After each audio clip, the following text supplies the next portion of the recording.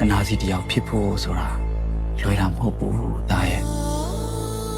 ကံညာဝရိယအပြင်တိတ်ကံပါရမီအထောက်အပံ့ကဘာမှဖြစ်ခွင့်ရတာမျိုး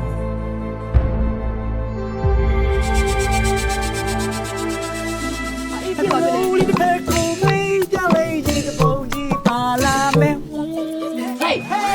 ဒီကျွဲတိမ့်တိမ့်တို့ရဲ့ကျမတို့ရဲ့ဟေး မင်းကြီးရတာလေယောက်ျားလူလူမိန်းမလူလူဘာကောင်မှကိုမသိဘူး အကောင်မဟုတ်ဘူးဟေးကောင်မကောင်မ ယောက်ျားမဟုတ်ဘူးယောက်ျားမဟုတ်ဘူးမဟုတ်ဘူးစင်လာရဲ့ဒီမေကိုရဲ့အလဲနှလုံးဟေးနှလုံးလေးပြီးလိုက်ရှင် ဒီမှာအသိန်းလေးကတအိမ်လုံးတောင်ဝင်ကိုထမ်းထားရတာသူပင်ပန်းနေပြီ မိတင်သေးညီတော်တော်စကားများတာပဲအေးကျုပ်ပြောထားပြီးပြီလေ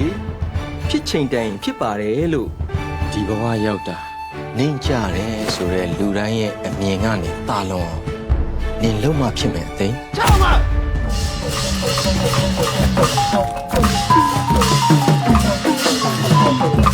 ဒူလေဒူလေရဲ့ ဒီနေ့ကစားပြီးတော့ကြောက်ဦးလေးနောက်လာရတာကြီးခမောင်ကြောက်ကိုယ်တိုင်တပ်ပြဖို့ဝင်မလဲဘူး ကထဲတော်သူ့ရံကိုကြောက်လို့လုံကြုံမေထင်ပြီးခေါင်းထဲမှာထဲဖွဲ့ထားပါတယ်ဘယ်ချိန်တော့ချောင်းနေလည်းမသိဘူး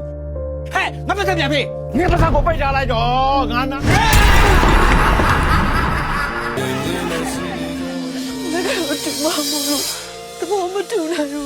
နောက်တော့ဘာဖြစ်လို့လဲသူတို့ကဘာလုပ်နေလို့လဲ